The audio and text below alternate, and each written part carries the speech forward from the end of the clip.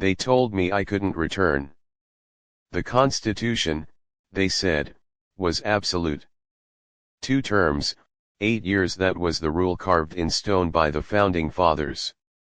But rules are written by men, and men can rewrite anything when the world is burning. It's January 20th, 2026. I'm standing in front of the Capitol again, my hand on the Bible, swearing an oath I never thought I'd take a third time. The crowd is silent, not with reverence, but with fear. The wind cuts through my coat like a knife, and I can taste metal in the air. Blood, no. Fear. Pure, distilled fear radiating from 50,000 people who know what's coming but can't look away. Chief Justice Roberts' hand trembles as he holds the Bible. He's aged 20 years since I last saw him. We all have. The weight of what we're about to do, what we've already done, hangs in the frigid January air like a death sentence waiting to be read. Do you, Barack Hussein Obama, solemnly swear? His voice cracks. I see tears in his eyes. This isn't supposed to happen. Presidents get 2 terms. That's the rule. That's the sacred American tradition. But tradition means nothing when the alternative is annihilation. Let me take you back. Let me show you how I became the man they both needed and feared. Let me show you the 72 hours that changed everything. Part 1, The Midnight Visitors. September 17, 2024. Martha's Vineyard. 11:47 p.m. I was reading in my study a biography of Lincoln, ironically when the Secret Service agent stationed outside our property called my personal line. Not the house phone. My encrypted cell that only 6 people in the world have the number to. Mr. President, Agent Chen said, his voice tight with tension. You have visitors. 12 of them. They've cleared all security protocols, but sir, you're going to want to see this yourself. Michelle appeared in the doorway of the study, her reading glasses perched on her nose, a law journal in her hand. She saw my face and immediately knew. How bad? She asked quietly. I don't know yet. But they don't send midnight delegations unless the world is ending. She set down her journal, removed her glasses, and squeezed my hand. Her grip was iron. Then we face it together. Like we always do. The delegation waited in our living room. 12 senators, 6 Democrats, 6 Republicans.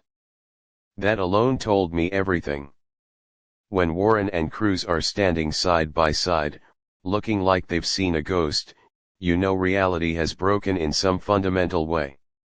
Senator Warren stepped forward first. Her trademark fire was gone, replaced by something I'd never seen in her before, absolute terror masked as professional courtesy. Mr. President, she began, then corrected herself. Barack. I'm sorry. I know you hate that title now. I earned the right to retire from it, I said, trying to keep my voice light.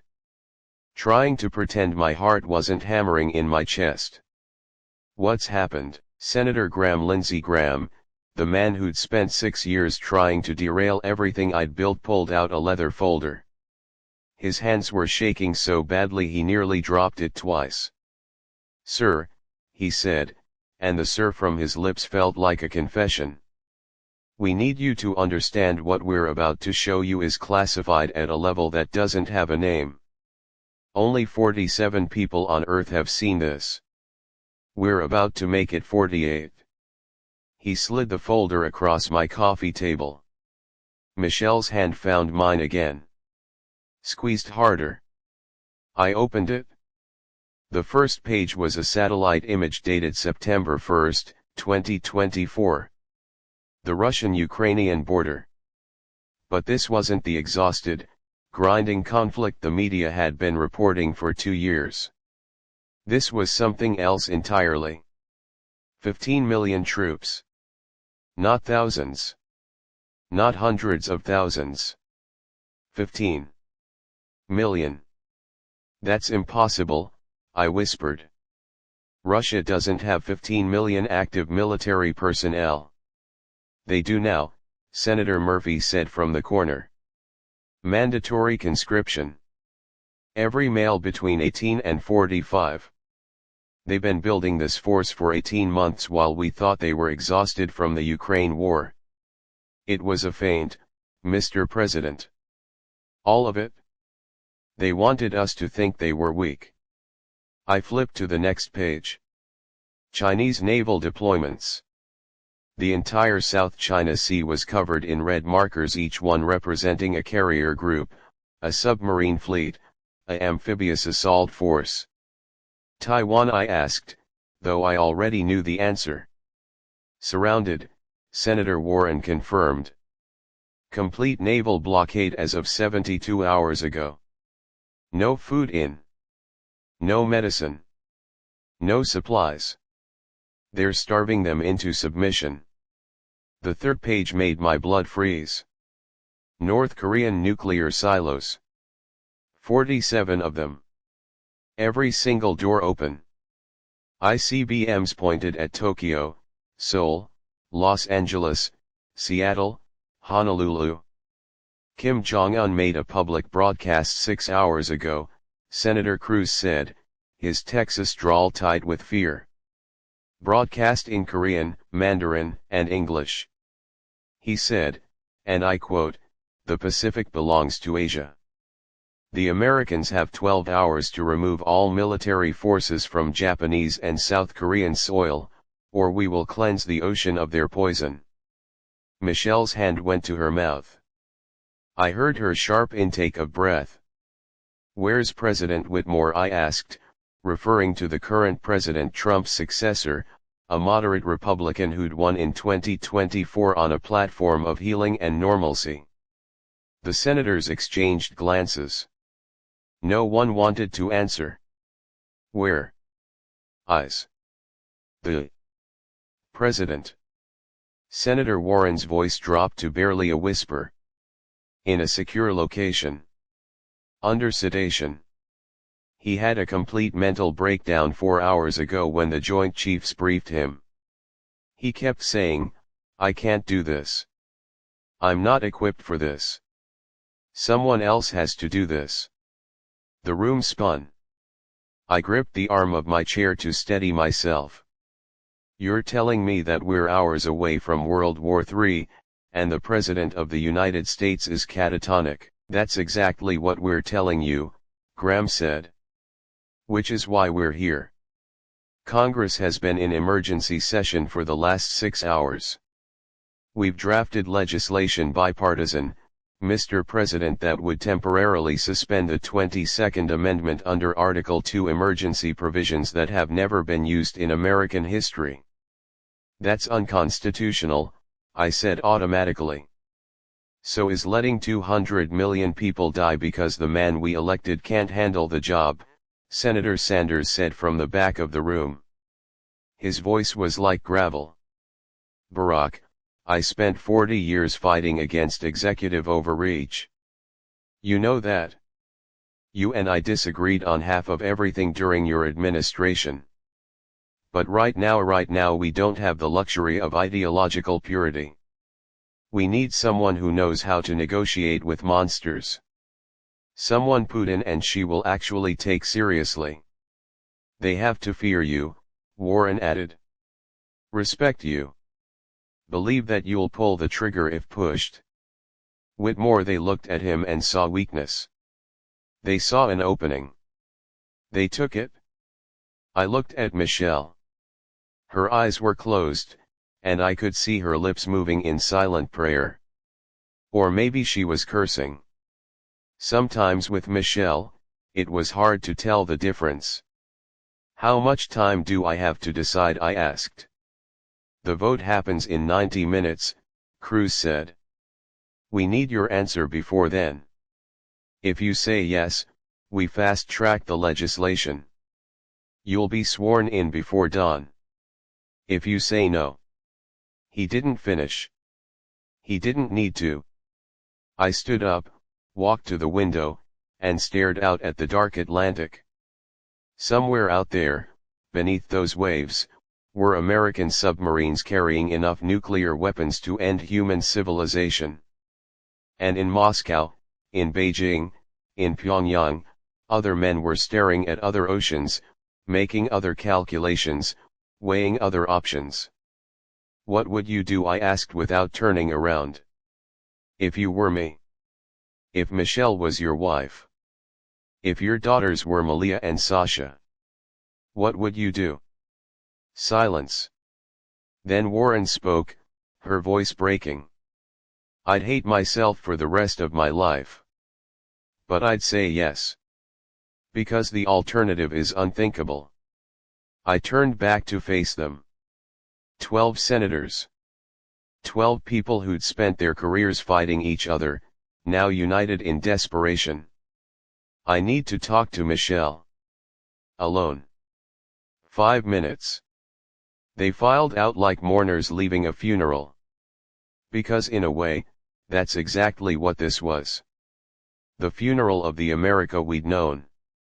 The America bound by rules and traditions and constitutional limits. When the door closed, Michelle walked to me and wrapped her arms around my waist. She laid her head against my chest, and I felt her tears soaking through my shirt. Tell me we have a choice, she whispered. Please, Barack. Tell me there's another way. I wanted to lie. God, I wanted to lie so badly. But Michelle and I had promised each other 30 years ago that we'd never lie about the big things. The things that mattered. There's no other way, baby. You know that. I know that. If there was, they wouldn't be here. She pulled back, looked up at me with those eyes that had seen me through law school, through impossible campaigns, through 8 years of the hardest job in the world. Then you do what you have to do, she said firmly. But Barack Hussein Obama, you listen to me. You save this world. You save our daughter's future. And then you come home to me. You understand no martyrdom. No noble sacrifice. You fix this mess and you come home. I kissed her forehead. I promise. It was a promise I had no idea if I could keep. Part 2, The Constitutional Crisis. The vote happened at 3:47 a.m. I watched it on C-SPAN from a secure room beneath the White House, the Presidential Emergency Operations Center, the bunker where Cheney had hidden during 9/11, where generations of presidents had planned for the worst-case scenarios. The chambers were packed. Every single representative and senator present. No proxies. No remote voting. This was too important, too historic, too dangerous to delegate. Speaker of the House Maria Rodriguez, a progressive from California who'd once called my drone policy imperialism with a Nobel Prize, stood at the podium with tears streaming down her face. We are voting on House Resolution 2026-001, she announced, her voice amplified through the chamber. The Presidential Emergency Succession and Restoration Act. This resolution would temporarily suspend the 22nd Amendment for a period not to exceed 4 years, allowing former President Barack Obama to assume the office of President of the United States during the current existential crisis facing our nation and the world. Protests erupted. Not from lawmakers from the gallery. Citizens screaming about dictatorship, about the death of democracy, about tyranny. Security had to clear the chamber. I watched through the camera feed as Americans, good Americans who believed in the Constitution, were dragged out by Capitol Police, still screaming. They weren't wrong to be afraid. The vote was called. Electronic voting boards lit up across the chamber. Green for yes. Red for no. The greens came fast. Too fast. Democrats and Republicans alike, voting to overturn 2 centuries of peaceful power transition. Voting to break the most sacred rule of American democracy because the alternative was worse. But the Reds came too. 47 representatives voted no. 12 senators voted no. Patriots, all of them.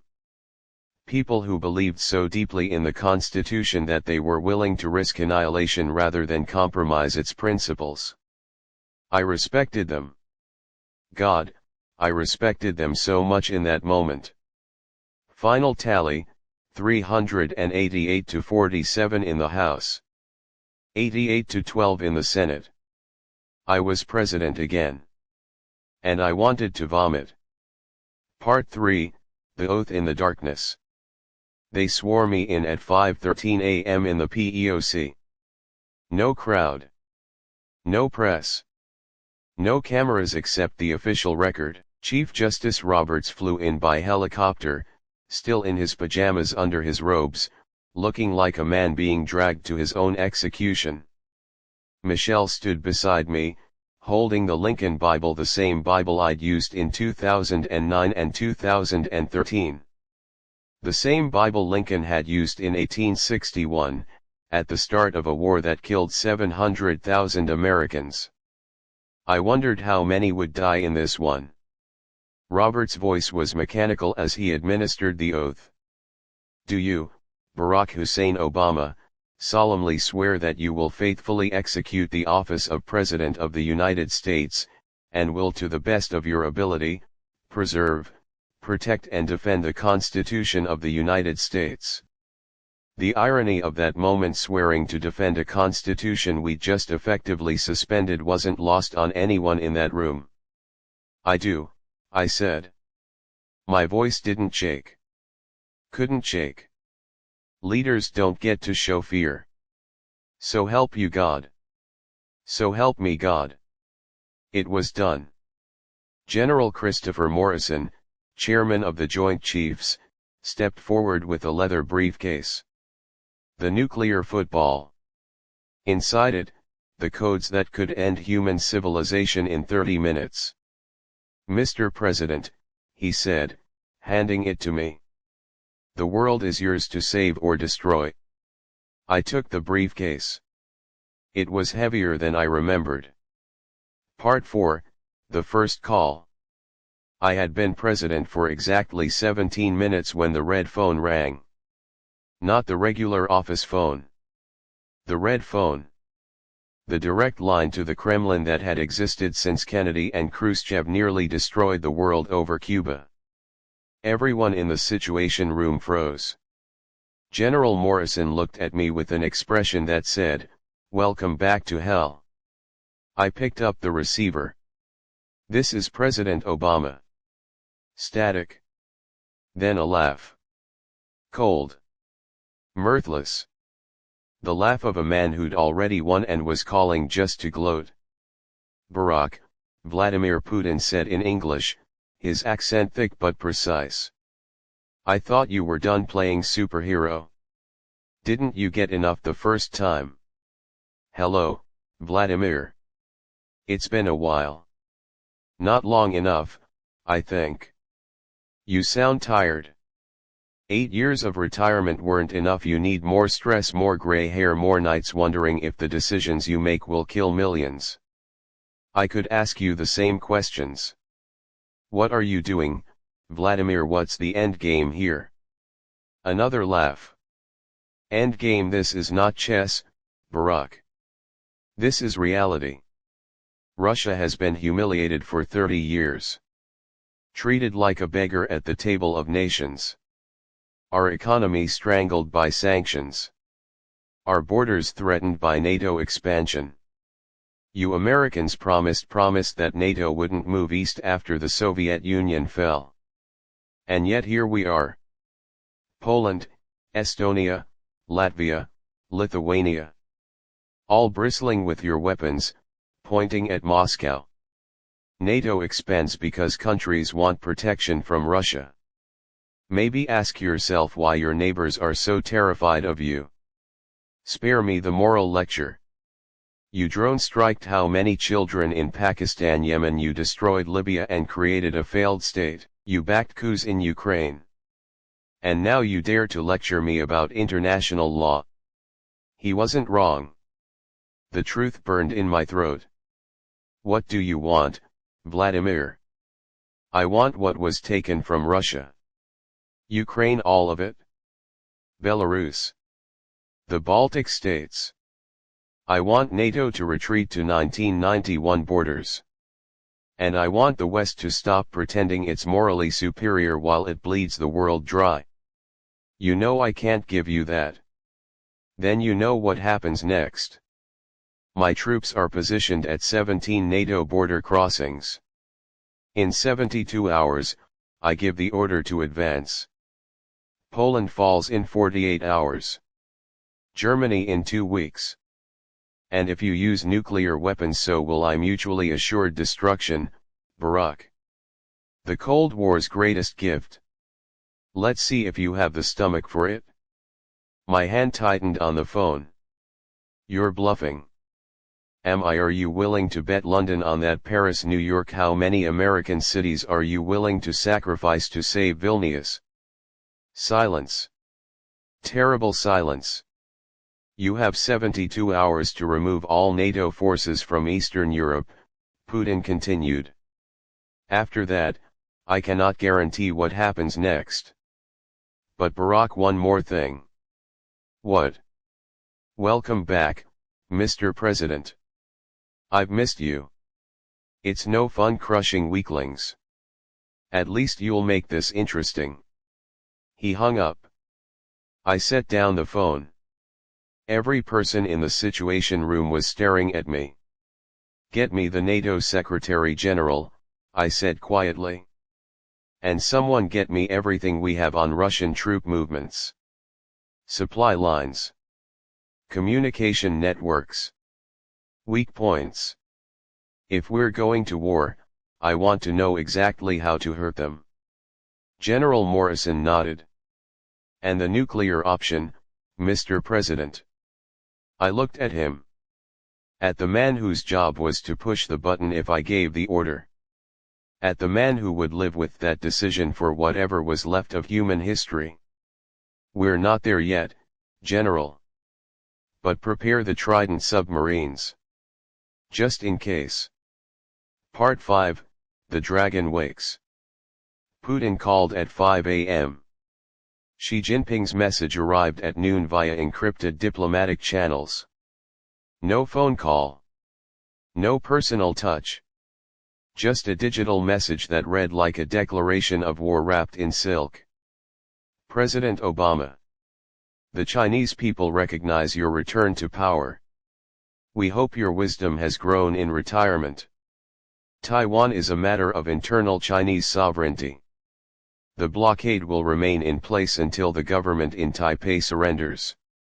Any American interference will be considered an act of war. We trust you understand the stakes. The Pacific belongs to Asia now.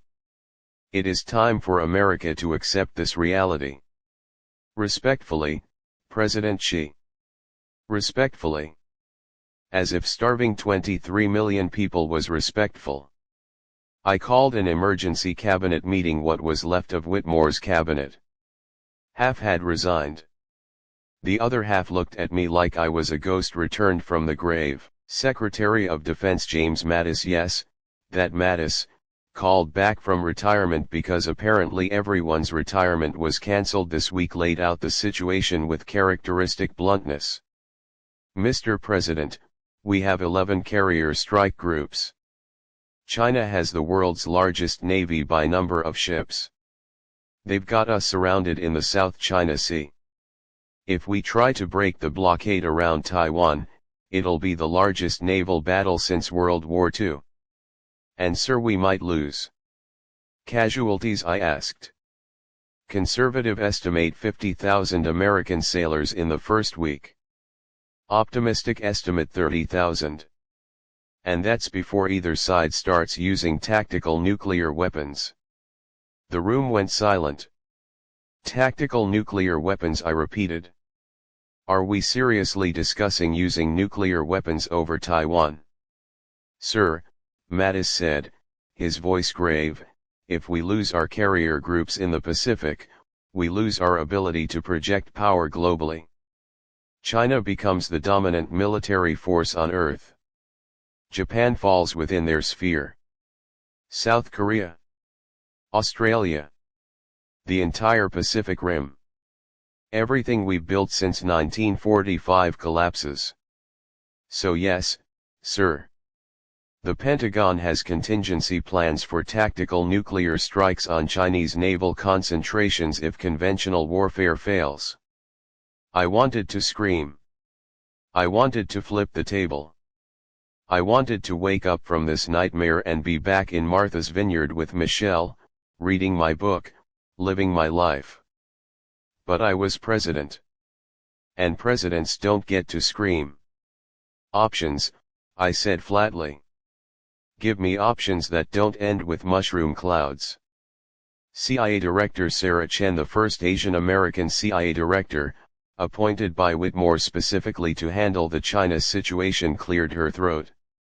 Mr. President, we've been working on a unconventional approach.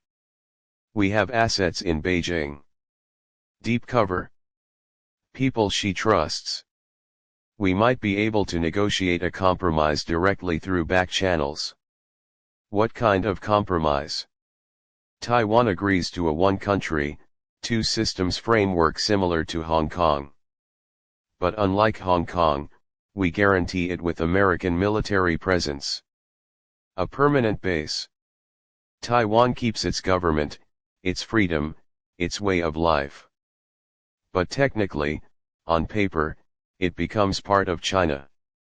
Hong Kong lasted 25 years before China crushed it, I said.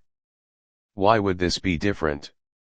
Because this time, we're not the British handing over a colony. This time, we're the Americans guaranteeing the deal with aircraft carriers. She gets to tell his people he reunified China. Taiwan keeps its democracy. We avoid World War III. It was clever. Maybe too clever. What does Taiwan think of this plan? Chen hesitated. We haven't told them yet, sir. So we're planning to sell out an ally without even consulting them. Sir, with respect, we're planning to save them. They've got 2 weeks of food left. 3 weeks of medicine. China isn't negotiating. They're waiting for starvation to do the work. This might be the only way to keep Taiwan free. I looked around the table. Mattis was nodding slowly. So was the Secretary of State. They all knew what I knew, this was a terrible plan. It was also the only plan that didn't end with millions dead. Set up a meeting with Xi, I said finally. Private. No press. No record. Just him and me. If we're going to sell our souls, I want to look the devil in the eye first. Part 6, Shanghai Nights. They flew me to Shanghai on Air Force One under complete radio silence. No flight plan filed. No announcements. As far as the world knew, I was in Washington dealing with the crisis. In reality, I was walking into a trap. She met me in a private room at the top of the Shanghai Tower, the second tallest building in the world, 632 meters of steel and glass piercing the sky like a sword. The room had floor-to-ceiling windows offering a 360-degree view of Shanghai. 30 million people below us, going about their lives, completely unaware that their fate was being decided by 2 men drinking tea 600 meters above them. She was already there when I arrived. He looked peaceful, calm, like a man who'd already won and was just waiting for his opponent to realize it. Barack, he said warmly, gesturing to the seat across from him. Please. Sit. I have prepared your favorite tea. Dragon Well. From Hangzhou. You mentioned you liked it during your 2009 visit. The fact that he remembered a casual comment I'd made 17 years ago was both impressive and terrifying. Thank you, President Xi, I said, sitting. Interesting choice of location.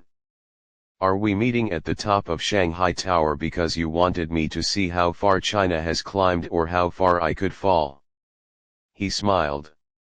Not warmly. Both, perhaps. You understand symbolism, Barack. You're good at it? That speech in Cairo. That moment in Selma.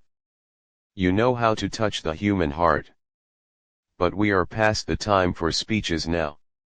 Now we deal with reality. Then let's deal with it. End the blockade.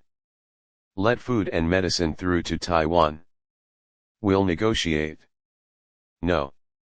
The single word hung in the air like a guillotine blade.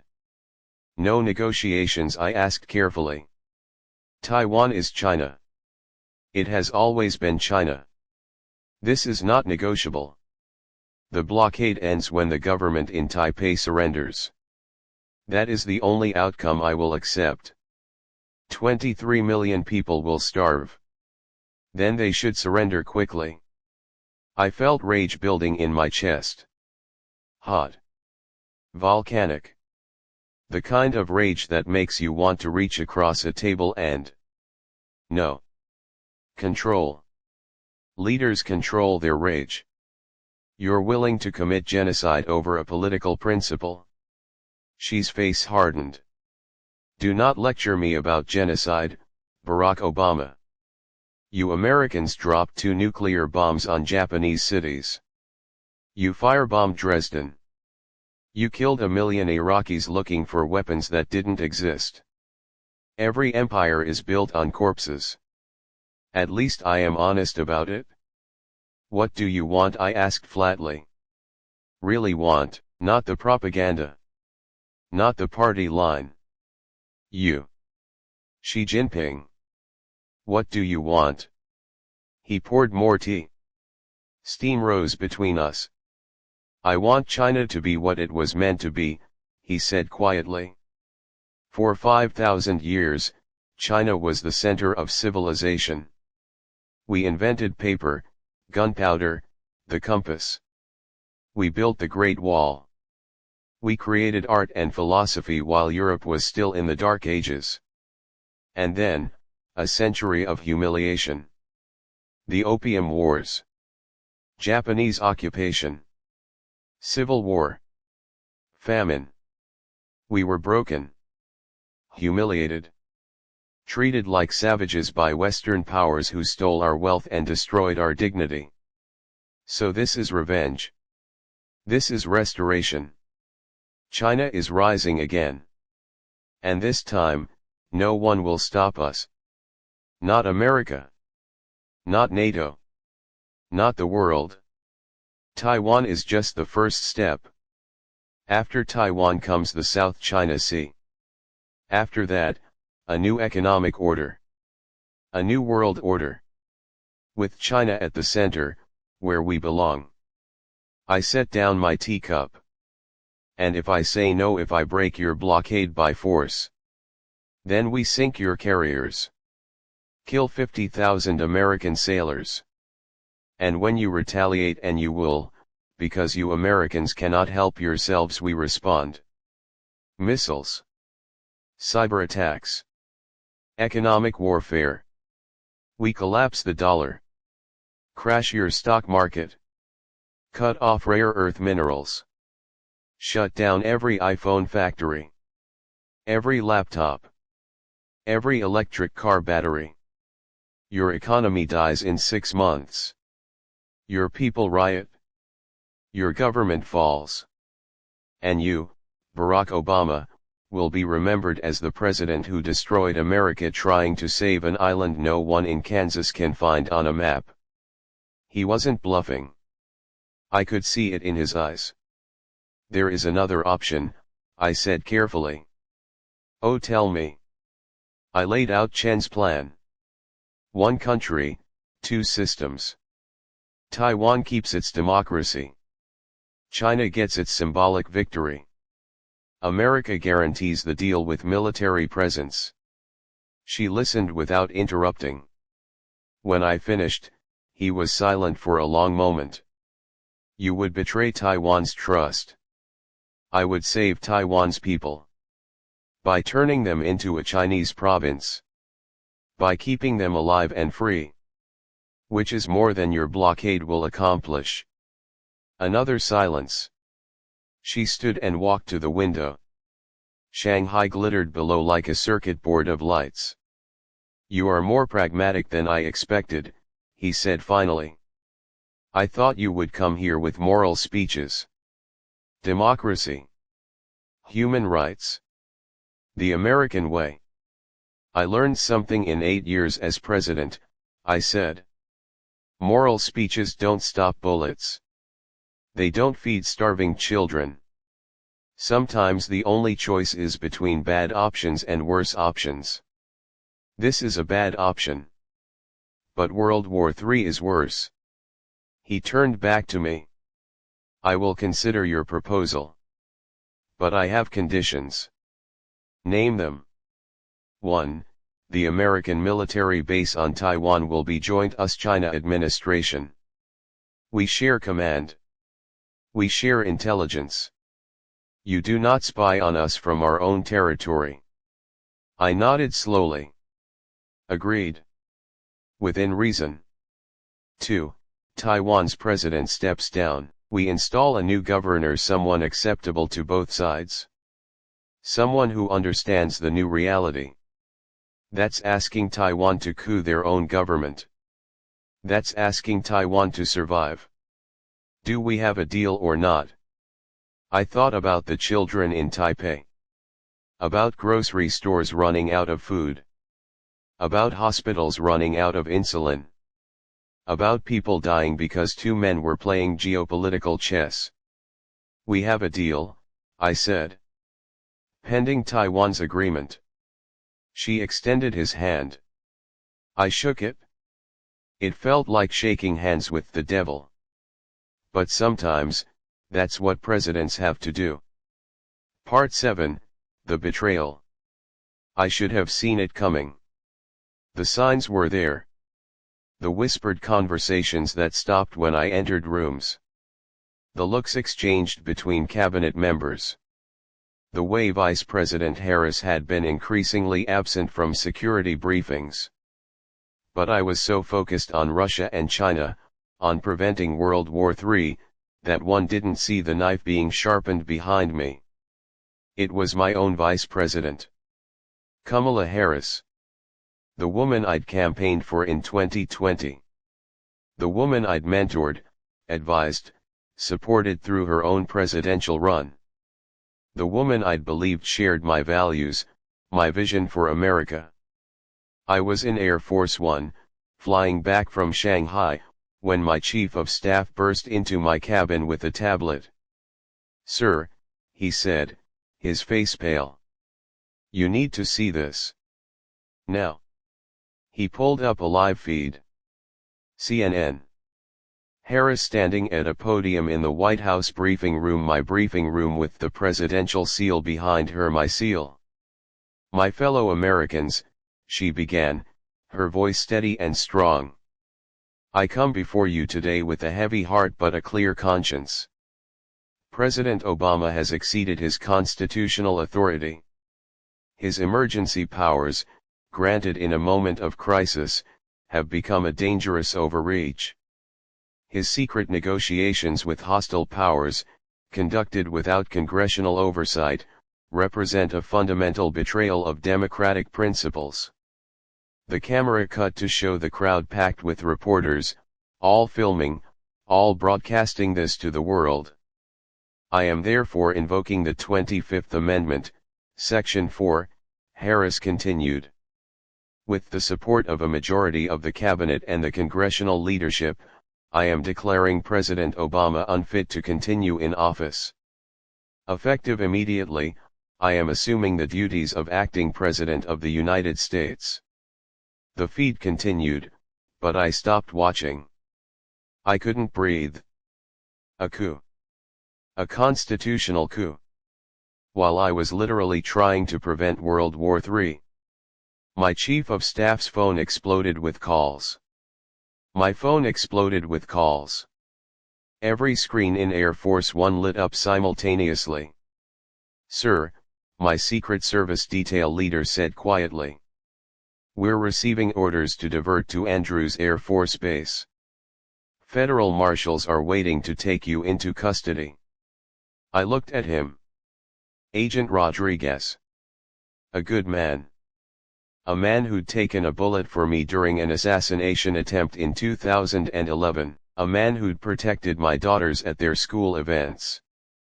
"And what are you going to do, Rodriguez?" I asked. He was silent for a long moment. Then, "Sir, Air Force One is under the protection of the United States military, not civilian law enforcement. General Morrison has sent a message. The Joint Chiefs do not recognize Vice President Harris's authority. They consider this an unlawful coup attempt. So we're having a constitutional crisis in the middle of a global crisis." Perfect. "Sir, with respect, we've already had the constitutional crisis. You becoming president a third time was the crisis. This is just the next chapter." He wasn't wrong.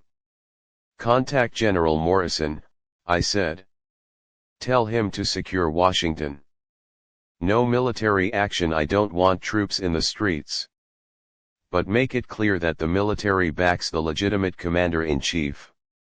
Which is me." "Yes, sir. And get me Senator Warren. Senator Graham. Anyone from the original delegation. I need to know how deep this goes." The next 4 hours were chaos. It turned out the majority of the cabinet Harris claimed was actually 5 out of 16 cabinet members, just barely enough to trigger the 25th Amendment. But constitutional scholars were already screaming on every news channel that the 25th Amendment can't be used as a political tool, only for genuine incapacity. Meanwhile, half of Congress supported Harris. The other half supported me. The Supreme Court refused to intervene immediately, calling for careful deliberation. Careful deliberation. While Russian troops massed on the Polish border and China continued starving Taiwan. We landed at Andrews at 2 a.m. The federal marshals were there, just as warned. So were 3 companies of the 101st Airborne, in full combat gear, forming a perimeter around Air Force One.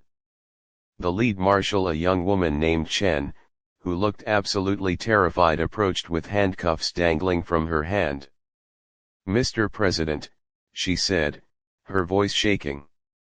"I have orders to place you under arrest for violating the terms of the Emergency Succession Act.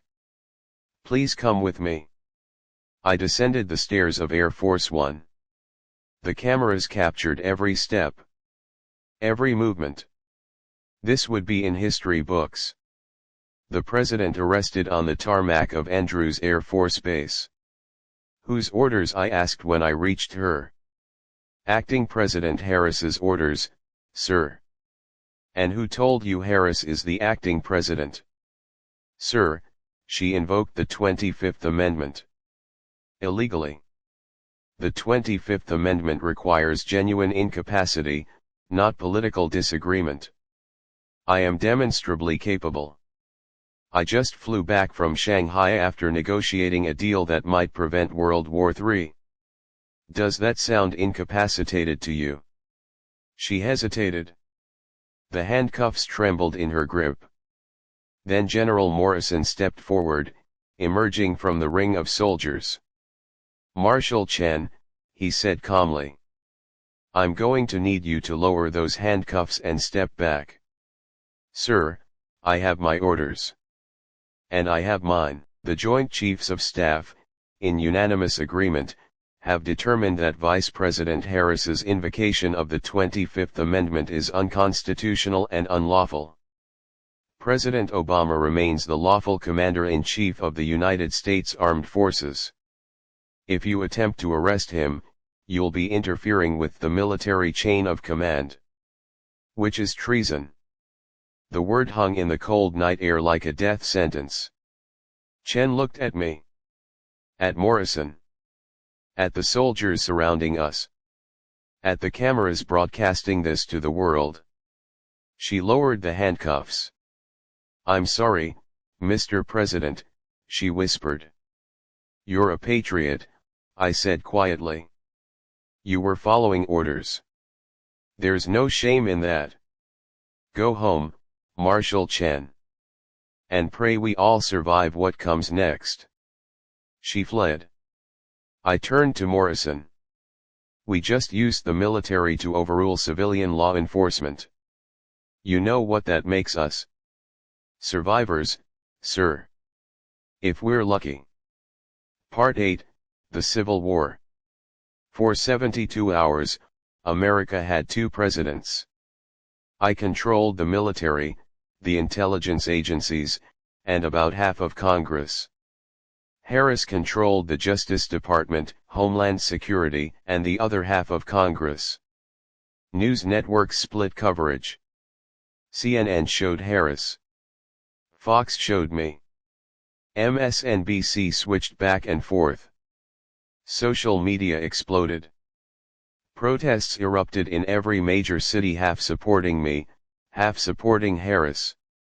We were tearing ourselves apart. And while we fought each other, Russia invaded Poland. It happened at 3 a.m. Eastern Time.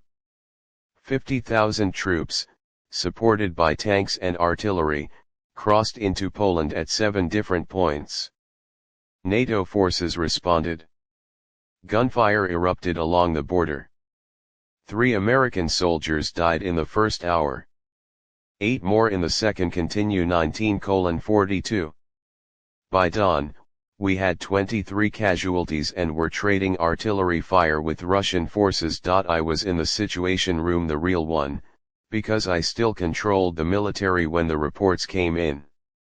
"Mr. President," Morrison said grimly. "NATO is requesting authorization for full-scale defensive operations. That means airstrikes on Russian positions. That means possibly hitting targets inside Russian territory. Sir, we need a decision." "What does Harris say?" I asked. "She's calling for immediate de-escalation. She wants to pull back NATO forces and negotiate. Which is exactly what Putin wants. He invades, we retreat, he wins without a real fight." "Sir, I need authorization." "Denied," I said. The room went silent. "Sir," Morrison asked carefully. "I'm not starting World War III while America is having a constitutional crisis. We defend Polish territory. We hold the line. But no offensive operations into Russia. Not yet. And get me Harris on the phone. Now." They connected us through a secure line. The first time we'd spoken since her coup attempt. "Kamala," I said when she answered. "Mr. President," she replied coldly. "We can't do this. You know we can't. While we're fighting each other, Russia is carving up Europe and China is starving Taiwan. We have to end this. Now. Then step down. Acknowledge that your power grab was unconstitutional. Return to retirement. Let the proper systems function. You invoked the 25th Amendment as a political weapon. That's not proper. That's a coup. And you became president for a third term. That's not proper either. That's a dictatorship." She wasn't wrong. Neither of us were wrong. We were both right and both destroying the country. "What if I offer you a deal?" I said quietly. "What kind of deal?" "I finish negotiating with Russia and China. I end the immediate crisis. And then I step down. Voluntarily. You become president, the legitimate president, elected in 2028 if you want. But right now, today, we present a united front to the world. We show Putin and Xi that America isn't divided. That we're still strong. Silence on the line. Why would you do that? She asked finally. Because I'm tired, Kamala. I'm 75 years old. I came back to save the world, not to be president forever. Help me finish this, and I'll give you what you want. The presidency. The legacy. Everything. And if I say no, then we keep fighting each other while the world burns. And history remembers us both as the people who destroyed America from the inside. More silence. I'll consider it, she said. She hung up. Part 9, the Red Room. Harris never called back. So I went to Moscow anyway. Alone. No entourage. No press. Just me, 3 Secret Service agents, and the weight of the world. Putin met me in the Kremlin's Red Room. The room where Stalin had signed execution orders. Where Khrushchev had planned the Cuban Missile Crisis.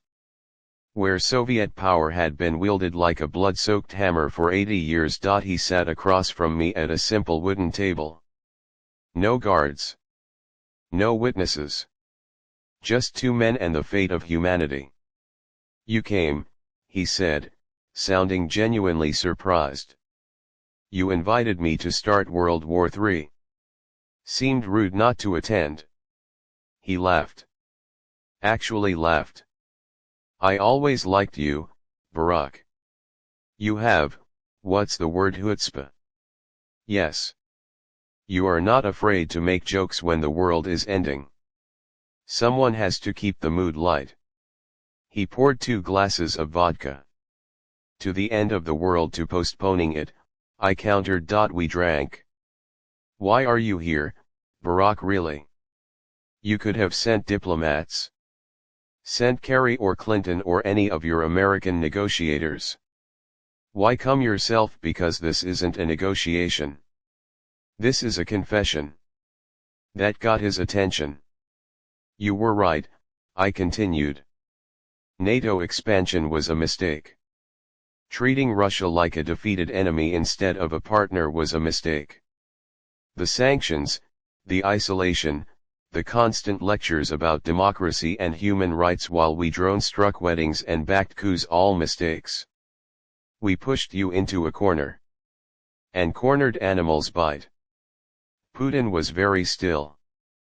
But Vladimir, I continued, you're making the same mistake now. You think you can take Poland, the Baltics, maybe even Germany. You think China has your back. You think the West is too divided and weak to stop you. And maybe you're right. Maybe you win. Maybe you rebuild the Russian Empire. But at what cost? War has costs. I accept this. Not just war. What comes after? You think China is your ally? They're using you. They're letting you weaken NATO, weaken America, weaken Europe.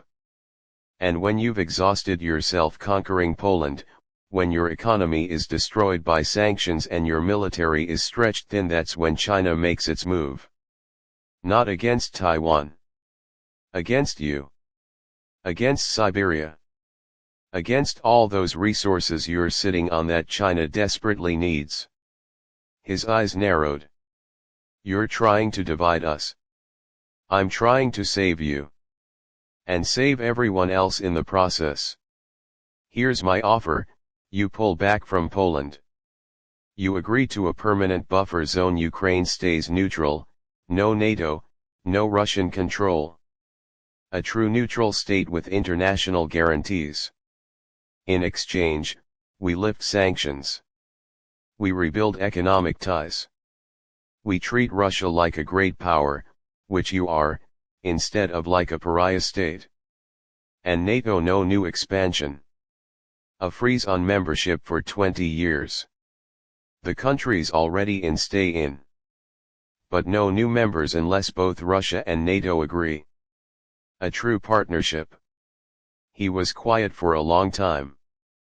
Then, and if I refuse, I pulled out my phone. Showed him the screen. This is a live feed broadcasting to every major news network in the world. CNN, BBC, Al Jazeera, RT, everyone. Say hello, Vladimir. You're on camera. His face went stone. But I saw the calculation in his eyes. You're bluffing. Am I? Do you really want to find out? Because if you refuse my offer on live television, watched by 2 billion people, you lock yourself into this war. No backing down. No compromise. Just war until one of us is destroyed. Is that really what you want, or do you want a way out that lets you save face? His hand went to his vodka glass. He drank slowly. This is not how great powers negotiate, he said quietly. No. This is how desperate men prevent apocalypse. What's it going to be, Vladimir? He stood. Walked to the window. Moscow spread below us, a city of 12 million people who had no idea their fate was being decided by 2 men in a room. You win this round, Barack, he said finally. We pull back from Poland. We negotiate the buffer zone. But understand something, this is not the end. Russia will rise again. And next time, perhaps there is no Barack Obama to stop me. Then I guess we'd better make sure this peace lasts long enough that there doesn't need to be a next time. He turned back to me. Extended his hand. I shook it. The cameras captured everything. Epilogue, the price of PEACE. The peace held. Barely. Russia withdrew from Poland within 72 hours. China agreed to lift the Taiwan blockade in exchange for the one country, two systems deal. Taiwan's president reluctantly agreed. Reluctantly, because what choice did she have? I flew back to Washington expecting, I don't know, a hero's welcome recognition, something. Instead, I was immediately impeached. Harris had won. While I was saving the world, she'd consolidated power. Half of Congress saw my Moscow negotiations as treasonous appeasement. The other half saw my entire third term as an unconstitutional power grab. The impeachment vote was 218 to 217. One vote. I survived by one vote in the House. But I didn't survive in the Senate. The vote there was 51 to 49 to remove me from office. I was president for exactly 96 days. Harris was sworn in on April 27, 2026. I watched from Martha's Vineyard, holding Michelle's hand, trying to feel something other than exhausted. You saved the world, she said quietly. Did I, or did I just postpone its destruction? Does it matter? You gave us more time. That's all anyone can ever do. The historians still debate what happened. Half call me a hero. Half call me a dictator who violated the Constitution to seize power. Maybe they're both right. I know what I am, a tired old man who did what he thought was necessary and will spend the rest of his life wondering if it was worth it. Sometimes I sit on the beach and watch the sunset. I think about Putin in Moscow, probably planning his next move. About Xi in Beijing, slowly tightening his grip on Taiwan. About all the deals I made, all the compromises, all the prices I paid. And I wonder, if they come asking again, if the world starts burning once more, would I say yes? Probably. Because that's the curse of power. Once you've held it, once you've felt the weight of civilization in your hands, you can never truly let it go. Even when you should. Even when it destroys you. Especially then.